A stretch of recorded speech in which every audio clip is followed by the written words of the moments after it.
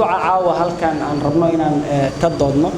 وحال الربع إن يجله هلو كالنتي إسبدل كمستقبل كأتكل يدهين دلك يدتك الصوماليات runtii waan filayaa dad idinku habboon mawduucan ku habboon oo runtii wax badan aad ka faa'iidi doontaan inaan idin soo select gareynay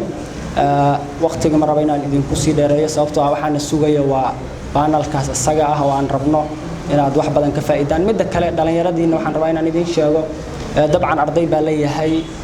waxbarasho halkan loo yimid muhiimadda koowaadna waxa waaye inaad ka soo dhalaashid muhiimadda halkan loo yimaado ama ujeedkaada oo ah inaad wax barato hooyo aad waxay ku soo direen waqtiga kuugu socdo qarashka kuugu soo dirayaan waa inaad wax barataan oo wax ka faa'iidaan sidaas daraadeed wax walbo aad u arkaysid in nafsadaada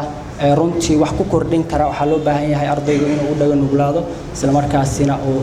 muhiimad gaar ah siiyo okay ayadana waxay ku xirnaan doontaa saddex shay oo saddex triple e lagu soo gaabiyaa jirto oo base u ah maxay wadan inuu hormaro iyadoo dhalinyarada loo maray waxa u horeeya educationka waxa inta wada joognaa umaleynaa kulligeen oo ardayda aan wada nahay waxay tahay inaan hormarino waxbarashadeen marka waxaan haysata dhibaato aad u ballaaran waxaan u baahanahay inaan maaragtay dib u dhiska dalka ka qayb qaadano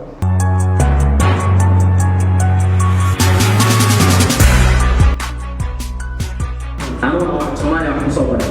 waxaa la soo baray waayo waxaan u baahanahay qofka islaamka ku ceen waxa u baahanahay kaar maxaa iska bedelay barnaamijka ahaa dhalinyarada in laga dhigto xaabo dabka lagu shito sidee mindsetka oo dhalinyarada ama cilafka aan ku bedeli karnaa sidee dhalinyarada Soomaaliyeed uga qayb qaadan karaan dib u dhiska dalka